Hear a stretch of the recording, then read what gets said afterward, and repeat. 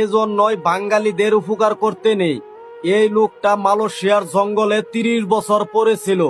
তার ছেলে সন্তান কোনো দূতাবাস এবং কি তার ঘরের বউ তার খোঁজ খবর নেয় নাই।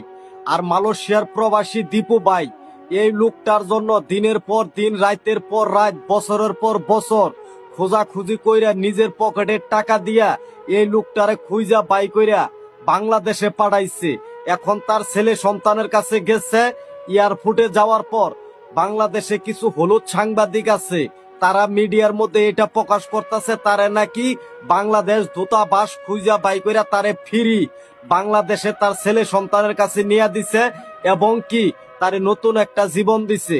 সেই কারণে বলি, বাঙালি তোরা সোনা চিনলি না, সোনা থুয়া তোরা রূপার পিছনে দৌড় পারলি। তগত উচিত আসাল এই দীপু বাইরে মেডেল দেওয়ার। তারা দীপু বাইরে না দিয়া তোরা দিলিকারে এই দূতাবাসেরে। দূতাবাস কি করছে?